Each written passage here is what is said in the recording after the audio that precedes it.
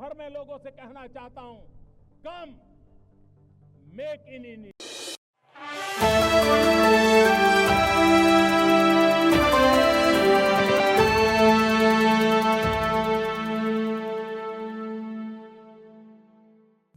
मित्रों, आज एक अत्यंत गंभीर और संवेदनशील विषय के ऊपर हम आपका ध्यान आकृष्ट करना चाहते हैं। I want to put forth a very sensitive and serious issue in front of you.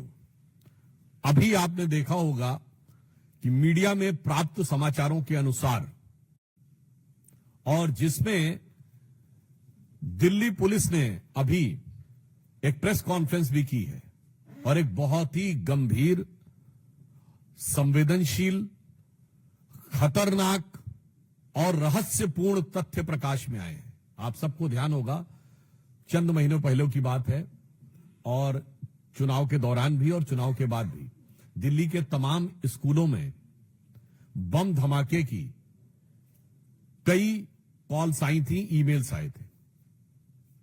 जांच के बाद आप सोचिए कि इससे कितना भय और तनाव का वातावरण अभिभावकों और पूरे दिल्ली की जनता के मध्य उत्पन्न हुआ। यद्यपि बाद में उसमें कुछ भी नहीं पाया गया।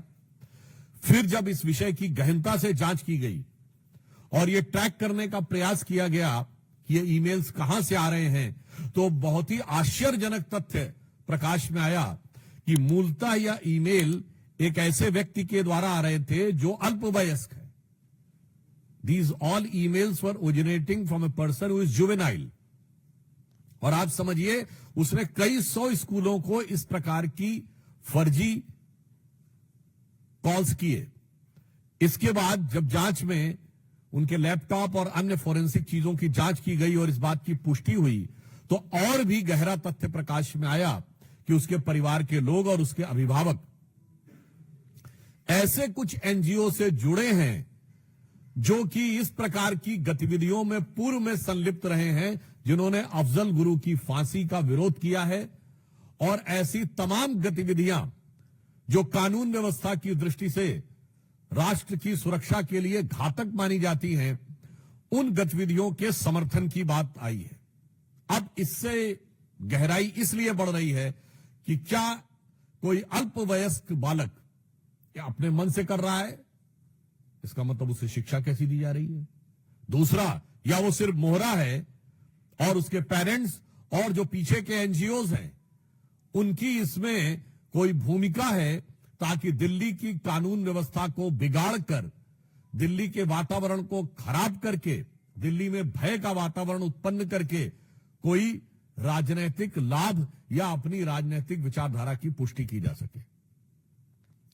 अब जो समाचार उपलब्ध हैं, जो जानकारियां उपलब्ध हैं, उससे बहुत गहरा संदेह हो रहा है, क्योंकि हम सभी जानते हैं कि दिल्ली में आम आदमी पार्टी का बहुत गहरा संबंध न सिर्फ तमाम ऐसे अवांछित एनजीओ से रहा है और तमाम ऐसी गतिविधियों से रहा है जो अफजल गुरु की हैंगिंग और देश विरोधी तमाम गतिविधियों में लिप्त रहे हैं।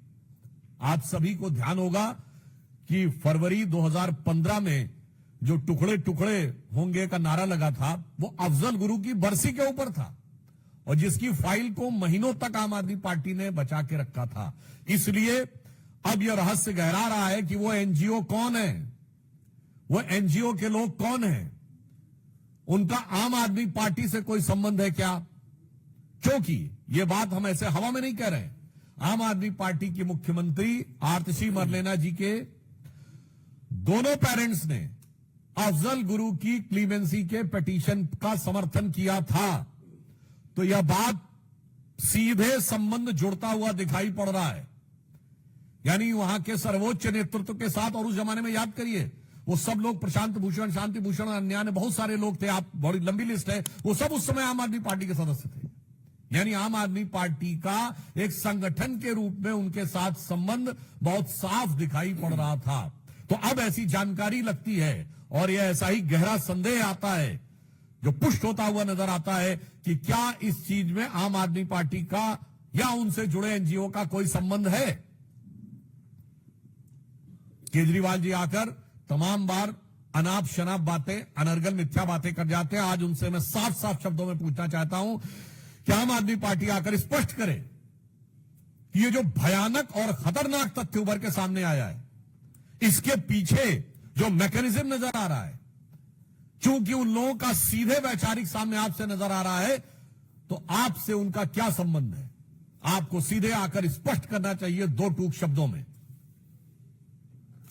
और उसके साथ साथ यह भी सवाल है कि अगर अल्पवयस्क बच्चे ये कर रहे हैं, तो ये जो भी सो कॉल्ड एनजीओ हैं, जो मेरे विचार से देश के लिए खतरनाक काम कर रहे हैं, और इनका जो आम आदमी पार्टी के साथ पुराना स्थापित संबंध रहा है, वो देश के नौनिहालों के मन में किस प्रकार का जहर भर रहे हैं और उस जहर के कितने घातक प्रभाव आने वाले समय में पड़ सकते हैं। इसलिए हमें इन सारी चीजों का सीधा, स्पष्ट और सपाट जवाब आम आदमी पार्टी से चाहिए कि इस प्रकार की जो घटना हुई, उसमें जो लोग संलिप्त हैं, उनसे आपका क्या संबंध है, और उस प्रकार के लोगों के साथ आपके पूर्व में स्थापित संबंध रहे हैं, आपकी मुख्यमंत्री के परिवार तक से वो लोग संबंधित रहे हैं जिन्होंने इस प्रकार की गतिविधियों का समर्थन किया था। आपने टुकड़े टुकड़े का नारा लगाने वालों की, चूंकि दिल्ली में सरकार थी, तो महीनों तक आपने अदालती कार्रवाई को रोक के रखा था। इसलिए आज सीधा सवाल है, आम आदमी पार्टी का उनसे संबंध प्रतीत होता है और यह जानकारी लगती है कि उनके बीच में ऐसा संबंध है, तो उन्हें आकर इस बारे में स्पष्ट जवाब देना चाहिए। और अगर वो स्पष्ट जवाब नहीं दे रहे हैं, तो फिर हमें मानना चाहिए कि संदेह उतना और गहराता है, और जिसे कहा जाता है कि मौनम स्वीकृति लक्षणम। आगे मैं अनुरोध करूंगा कि हमारे दिल्ली के प्रदेश अध्यक्ष आदरणीय सचदेवा जी आपको संबोधित करें। धन्यवाद सुधांशु जी। मित्रों, ये संयोग नहीं है। दिल्ली में जब जब विधानसभा चुनाव होने लगते हैं, उससे पहले दंगे का माहौल बनाना और दिल्ली को डराने और दहलाने की कोशिश करना।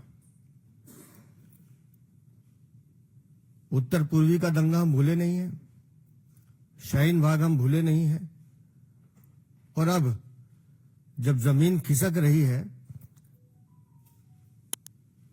आज जो जांच दिल्ली पुलिस की वक्तव्य से पता चलता है,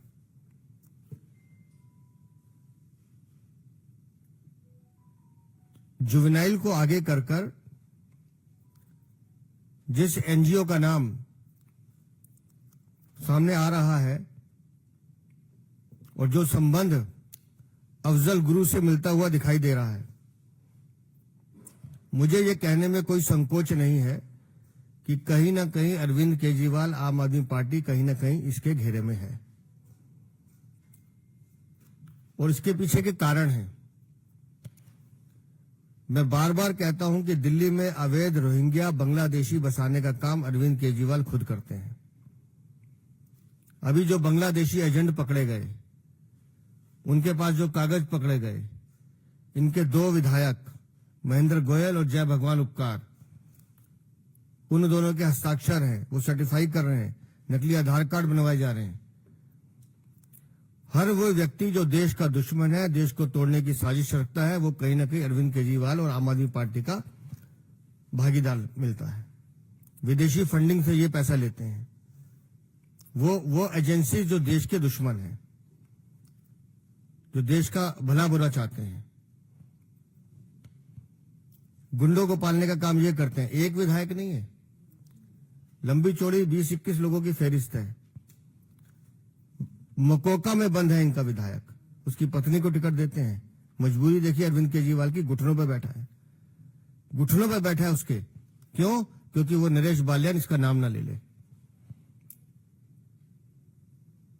मकोका में बंद है, और मकोका में बंद होना मतलब आप समझो वो आदमी जो बिल्कुल देश का दुश्मन हो। रंगदारी, वसूली, हत्या, क्या है जी? आपराधिक मुकदमे जिनके इतने विधायकों पे है, किसी पे नहीं है। पर आईना दिखाओ तो इसको मिर्चें लगती हैं।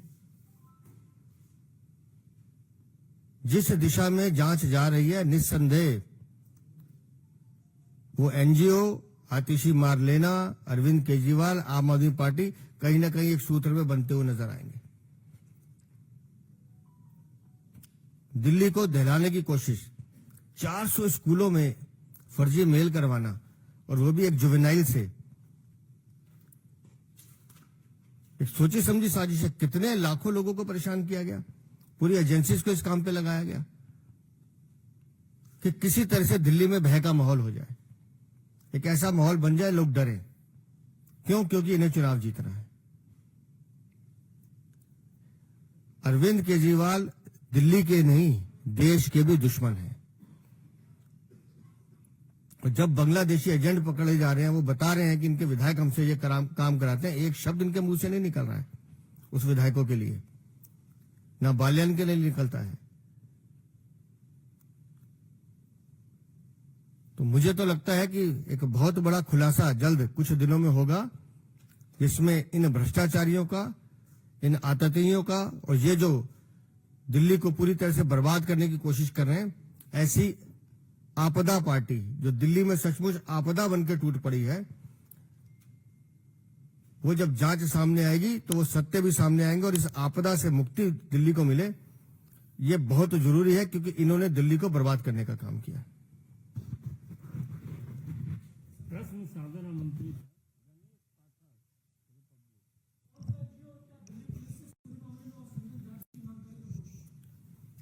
देखिए, पुलिस पूरी तत्परता के साथ और सतर्कता के साथ जांच कर रही है। वो है टेक्निकल और लीगल एस्पेक्ट। आज सवाल मॉरल और पॉलिटिकल है। आम आदमी पार्टी को इसका नैतिक और राजनैतिक जवाब देना चाहिए। जहां तक विधिक यानी कानूनी बात है, तकनीकी पक्ष है, उसके ऊपर जांच एजेंसियां अपना काम कर रही हैं। जैसा अभी सचदेवा जी ने बताया, ये कोई नई बात तो नहीं है। ताहिर हुसैन जो दिल्ली के दंगों का मुख्य आरोपी था, वो आपका विधिवत सभासद था। सोचिए कितनी बड़ी आपदा है ये लोग। मनीष सिसोदिया जी की बाइट अवेलेबल है, शाहीन बाग मेरे दिल में है। जामिया के बाहर जो हुआ था, याद करिए, उसमें जो एक भरकर एक टेम्पो में पत्थर वगैरह आए थे, उसमें अमानतुल्लाह खां का नाम आया था। तो ये कोई नई बात नहीं। और मैं पुनः कह रहा हूं, भारत तेरे टुकड़े होंगे का जो जेएनयू में नारा लगा था फरवरी 2015, उसमें सब यही एनजीओ लॉबी वाले शामिल थे। और वो अफजल की बरसी पर था। आप में से बहुत से लोग भूल गए होंगे कि वो ओकेजन क्या था। और उसकी कार्रवाई कोर्ट में ना होने पाए, महीनों तक फाइल दबा के रखी थी आम आदमी पार्टी की सरकार ने। और जैसा बताया उन्होंने कि उनके विधायक माफियाओं से भी बात करते हुए मिले हैं। और वो भी जानकारी मीडिया में आई है कि बांग्लादेशी घुसपैठियों के बारे में जांच के लिए शायद आज ही उनके विधायक मोहिंदर गोयल जी के से पूछताछ भी की गई है। तो अब यह साफ दर्शा रहा है कि ये दिल्ली की सुरक्षा और व्यवस्था के लिए भी आपदा बनते हुए दिखाई पड़ रहे हैं। अभी जो जांच चल रही है, जो चीजें निकल के आ रही है, इसलिए हम उस बच्चे का भी नाम नहीं बता रहे हैं। एक बार तथ्य ऑन रिकॉर्ड आ जाए, मैं फिर निश्चित रूप से कह रहा हूं, अरविंद केजरीवाल, आम आदमी पार्टी और ये जो सारा घटनाक्रम है, ये आपस में जुड़ा हुआ है। बस ये एक लाइन और ऐड करना चाहूंगा। वो पार्टी जो कहती थी आरोप लगते ही इस्तीफा देना चाहिए, ये उस जमाने का वाक्य है ना, जब टोपी पहनी हुई थी। और जब टोपी पहना दी है जनता को, तो उसके बाद आरोप लगने के बाद सफाई तक नहीं देते हैं, आके उल्टा सवाल करते हैं। देखिए, क्योंकि जांच की प्रक्रिया चल रही है, इसलिए जांच एजेंसियां इस विषय में बात कर रही हैं। और जहां तक आपने एनजीओ की बात कही, तो आम आदमी पार्टी के जितने संस्थापक लोग थे, उनकी जरा पृष्ठभूमि देख लीजिए तो बहुत साफ समझ में आ जाएगा। और एनजीओ पे एक और मैं आपको बात बता दूंगा, anybody of you can go and check. जब हमारी गवर्नमेंट आई, देयर वर 5000 एनजीओ जिन्होंने 5 साल से अपना आईटी रिटर्न नहीं भरा था। सबको नोटिस दिया गया कि 3 साल का आईटी रिटर्न भरिए, 3 महीने में नहीं भरा। फिर नोटिस दिया गया कि 31 दिसंबर 2014 तक भरिए, नहीं भरा। फिर उनको नोटिस दिया गया 31 मार्च 2015 तक आप नहीं भरेंगे तो यू विल बी डी-रिकग्नाइज। और आपको पता उसके बाद कितनों ने भरा था? 250। और जैसे ही डी-रिकग्नाइज हुए, हल्ला मचाना शुरू किया था। हल्ला मचाने वालों में आम आदमी पार्टी थी कि नहीं? आप खुद समझिए, विदेश से पैसा लेते हैं, इनकम टैक्स रिटर्न नहीं फाइल करते हैं, 5-5 साल तक नहीं फाइल करते हैं, यूटिलाइजेशन सर्टिफिकेट नहीं देते हैं, और उसके बाद नोटिस के बाद भी कोई जवाब नहीं देते हैं, और डी रिकॉग्नाइज होने पर हल्ला मचाते हैं। कोई भी जाके एमएचए के उस रिकॉर्ड से चेक कर सकता है। इसलिए जो हम लोगों ने कहा है, संदेह बहुत गहरा होता है। नहीं, मैं इसको करेक्ट करता हूं कि घोषित नहीं कर पाई है।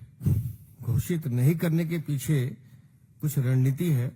समय आने पे 17 तारीख लास्ट डेट है, उससे पहले घोषित भी होंगे और वो प्रत्याशी जीतकर भी आएंगे। और जहां तक बैठकों की दौर चलता है, तो किसी भी लड़ाई को जीतने के लिए तो चर्चा होती है, तो उस चर्चा को बताने से तो लाभ नहीं है, उसका परिणाम आएगा तो सामने आएगा। Actually, the question he has raised, it's given a very peculiar example of how the so-called new politics has emerged. I just ask you, name a single political party in the previous time after allegations which were not in the denial mode. When Lalu Prasad Yadav ji went to jail, he was in denial mode. कि मैंने कुछ नहीं किया है. When Suresh Kalmadi went to jail, when Shibu Soren went to jail, when Karunanidhi went to jail, everybody was in denial mode. So this is a typical characteristic of the old style politics, which these so-called champions of new politics have embodied themselves in it. तो जिसे कहेंगे ना, रफ्ता रफ्ता वो मेरी हस्ती का साया हो गए। अब पुरानी पार्टियां कह रही हैं, आप भी हमारी तरह हो गए। देखिए, हमारे लिए हिंदू धर्म और सनातन धर्म भारत की अस्मिता और पहचान का विषय है। हमारे लिए राजनीति और चुनाव का विषय नहीं है कि 2022 के गुजरात चुनाव के समय वो डिमांड करें कि नोट पे गणेश लक्ष्मी जी की फोटो होनी चाहिए, और जैसे ही चुनाव समाप्त हो उसके बाद सुई पटक सन्नाटा। तो बस इससे दिखाई पड़ता है, और ये भी कोई वो बात नहीं है, कांग्रेस भी हमेशा ऐसा ही करती रही है। तो अरविंद केजरीवाल जी के लिए मैं कहना चाहूंगा, और आप देखिए कितनी मजेदार बात यह है, एक दूसरे पे आरोप लगाते हैं, वो सारी बातें अलग करते हैं। आम आदमी पार्टी की अब जो स्थिति है, हमारे प्रदेश अध्यक्ष जी बैठे हैं, बेहतर बता सकते हैं कि अब दीवाल पे लिखी इबारत की तरह साफ दिख रहा है कि आम आदमी पार्टी हारने जा रही है। तो उनकी वो स्थिति है, वो जो पुराना गीत था ना, उसके बाद नए नए रूप बदल रहे हैं। तो स्वरूप धरे जीने के लिए बैठे हैं हजारों जहर पिए, ठोकर न लगाना हम खुद हैं गिरती हुई दीवारों की तरह।